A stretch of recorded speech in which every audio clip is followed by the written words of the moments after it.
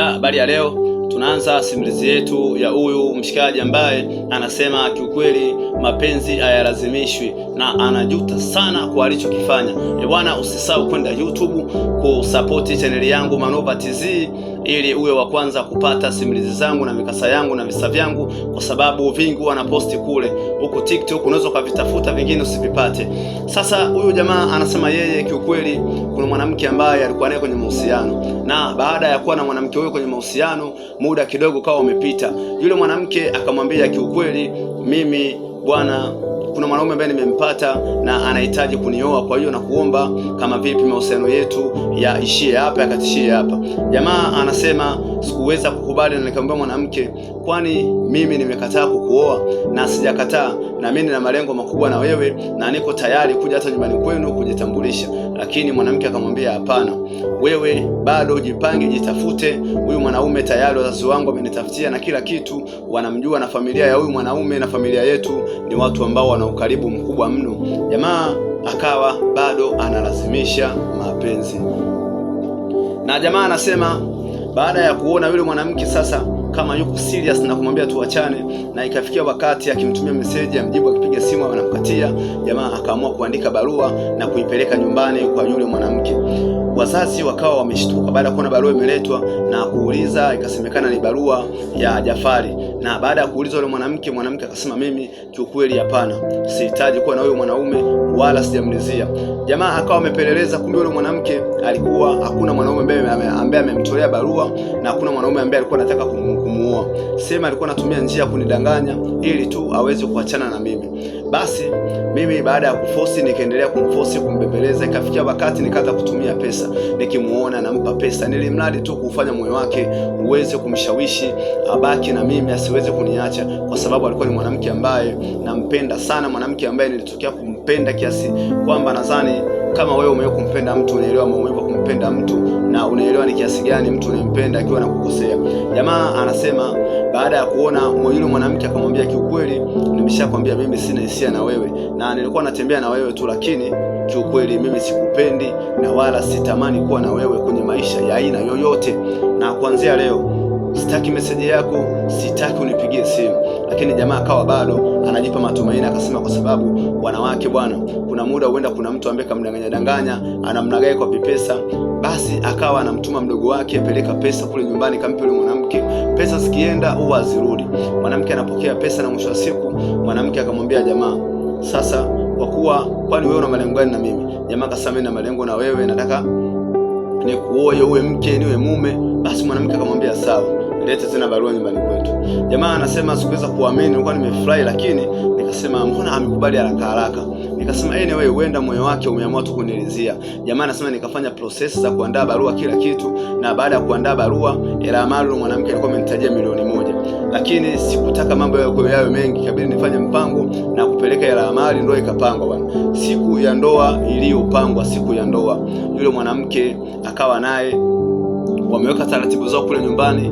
Kweli tarehe ilipofika tukaenda kuoa. Baada ya kuoa, anasema maisha ya ndoa sasa yakaanza. Tumekaa mwezi wa kwanza, mwezi wa pili. Anasema siku moja jamani, nimetoka kazini narudi nyumbani, namkuta mwanamke akiwa na jamaa ndani, akiwa na mwanaume ndani.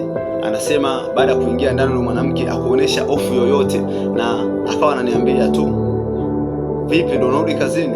Na akamwambia mshikaji, na kuomba uondoke, nenda tutawasiliana. Kiukweli nilishiwa nguvu, sikufanya kitu chochote, lakini mwanamke kanambia usiwe na wasiwasi, huyu ni mwanaume ambaye nampenda sana, na huyu ambaye nilikuwa na malengo ya mimi na yeye tu mke na mume, ila kwa wewe ulionishania nimeamua tu kuwa na wewe, lakini yule ndiye mwanaume ambaye nampenda na siwezi kumwacha, kwa hiyo uchague moja. Kama unaona utoweza kuishi na mimi nikabaki na yule mwanaume, ni bora niondoke nyumbani kwetu. Jamaa anasema kiukweli sasa kesho yake baada ya hasira kupungua, nikakaa na mwanamke na kumwelekeza kitu alichokifanya, lakini yule bidada bado akaonesha kama ni mtu ambaye bado yani anampenda sana yule jamaa. Anyway, nikasema labda atakuja kubadilika, ngoja tuendelee na maisha yetu. Kweli tukabahatika kupata mtoto mmoja, miaka kasogea, mtoto wa pili. Sasa kuna ugomvi ambao ulikuwa umetokea ndani. Baada ya ule ugomvi, sasa kuna muda nilikuwa sioni akimzungumzia yule mwanaume wake, nikasema labda huenda wameshaachana, wameshatengana.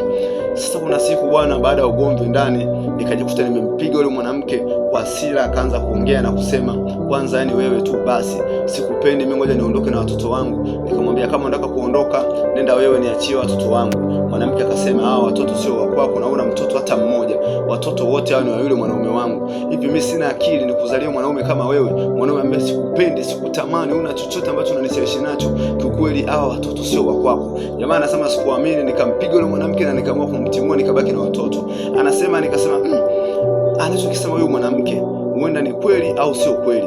Nikawashirikisha familia yangu na kanambia, kiukweli kama uko vizuri nenda kachukua vipimo vya hao watoto upate uhakika sahihi. Na kwenda kuchukua vipimo, jamaa anasema kiukweli hakuna mtoto mmoja ambaye alikuwa ni wa kwake, na anasema yeye yani alisononeka sana, yani ni mtu ambaye alikuwa na stress na mawazo. Ikafikia wakati wale watoto wengine walikuwa wamemzoea wakimuita baba, anawaza nimepoteza muda. Kuna wanawake ambao walikuwepo wengine ningewaoa, lakini kutokana na moyo wangu na kumpenda huyu mwanamke nikajua atakuja kubadilika mbele ya safari, huenda ni akili ya kitoto, lakini alichokuja kunifanyia ni kitu kibaya. Na baada ya familia mbili kukaa chini, familia ya mwanamke kasema, basi tunaomba mtusamehe kwa sababu binti yetu amefanya makosa kama hayo, wala sisi hatukumtuma. Je, mnaamua nini? Lakini wazazi wangu kanishauri kuniambia, kijana, tunakuomba muache huyo mwanamke na hao watoto waache waende kwa huyo mwanamke.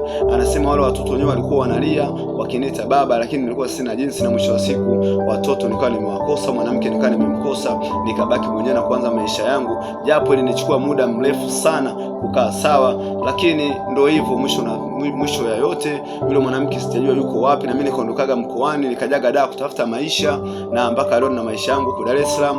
Nina mke mwingine na mtoto mmoja, na nimebahatika kujenga nyumba. Namshukuru sana Mwenyezi Mungu. Jamaa anatoa ushauri, kiukweli vijana, tunajua kuna sehemu tunaweza tukapenda, lakini kumbe hatupendwi. Ikifikia wakati mwanamke anakwambia hakupendi, tujaribu kuelewa hisia zake, japo tunasema tubembeleze, tusikate tamaa, lakini ndo tunazidi kuingia kwenye dimbwi la moto la kwenda kuanguka na kwenda kuungua. Kwa hiyo jamaa anatushauri ya kwamba tukiwa na mtu akupende, usilazimishe mapenzi, usilazimishe upendo, yasija kukukuta kama yaliyomkuta yeye. Shukrani. Anamaliza stori yake akisema, Mungu atuepushe na mitihani ambayo imemkuta kama yeye. Kwa hiyo jamani, tuko pamoja. Asanteni kwa kunisikiliza. Mungu awatie nguvu, awape baraka zote. Shukrani.